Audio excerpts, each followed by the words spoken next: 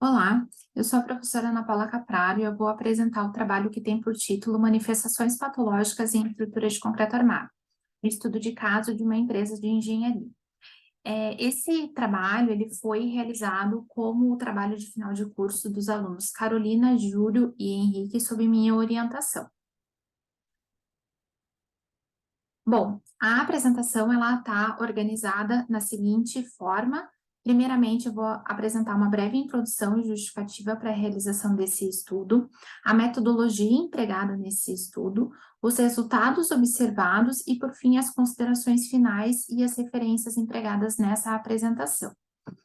Bom, primeiramente, é importante destacar os conceitos relacionados à durabilidade e vida útil das estruturas de concreto.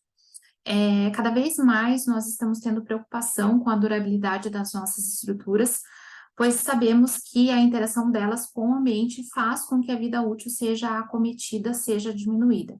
Por conta de requisitos, né, econômicos, ambientais, é importante que cada vez mais nós tenhamos ações voltadas para o aumento, então, da vida útil das nossas estruturas. A falta de manutenção ou outras falhas relativas à execução, né, são exemplos que acometem essa vida útil, né, ou projetos mal concebidos, a má qualidade dos materiais, má utilização dos usuários, entre outros.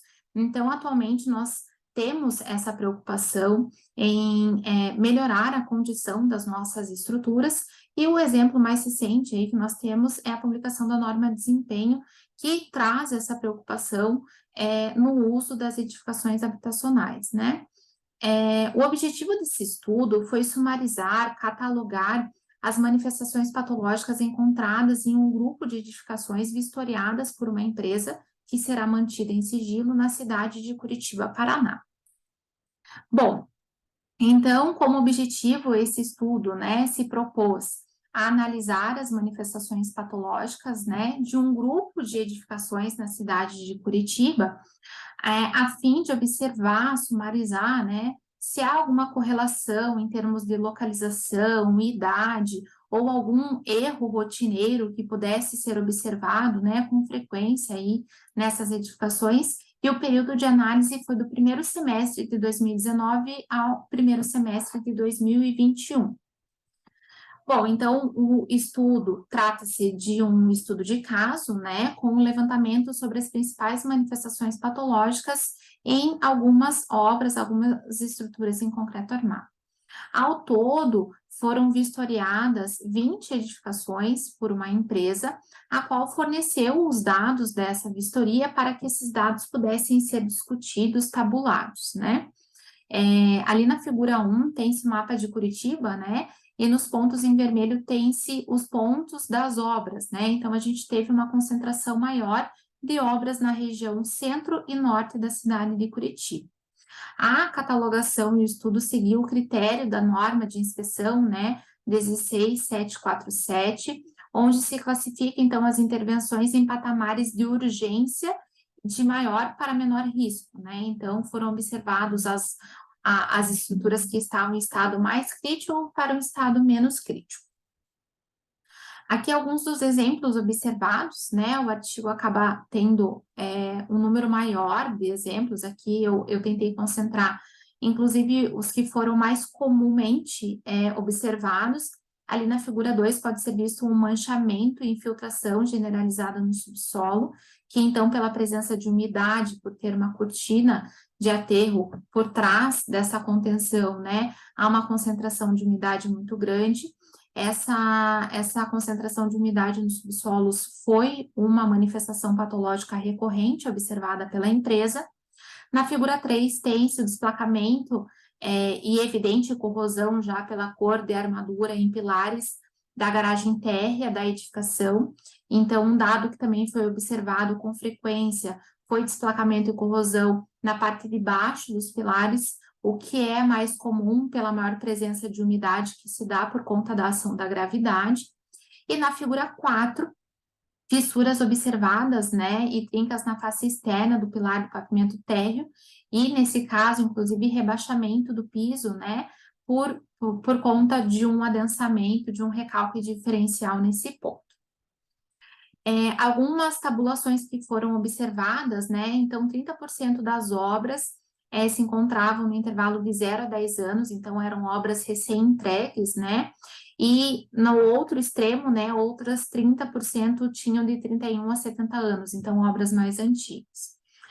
Os outros 40% ficaram, então, entre 11 e 30 anos, as obras.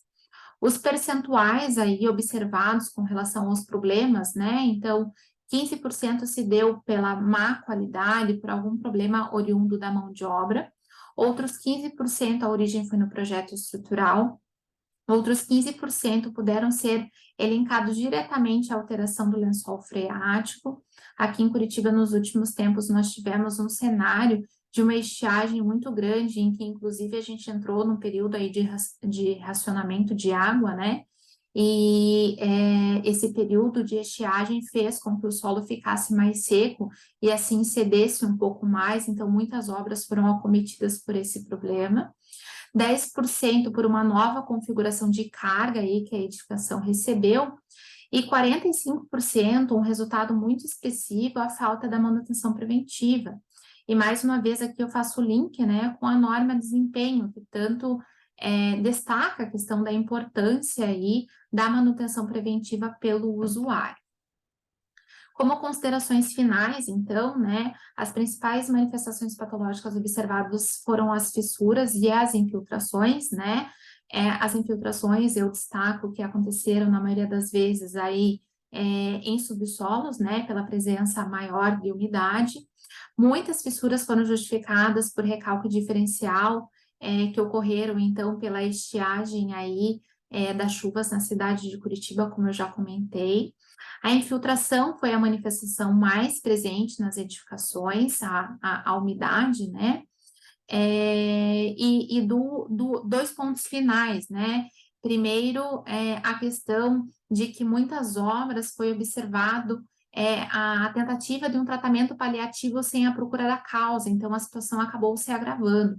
Então, destaca-se a importância de procurar a origem do problema para que a causa seja tratada e posteriormente seja feita a recuperação externa, né? Porque nada adianta a gente fazer uma recuperação sem saber a causa ali do problema.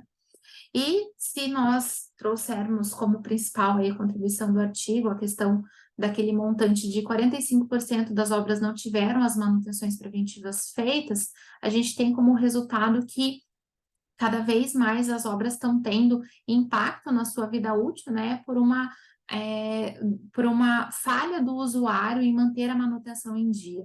Então, é muito importante que a gente tenha a manutenção sendo feita para que a vida útil não seja impactada na edificação. Aqui são as referências utilizadas na apresentação e eu agradeço a atenção de todos.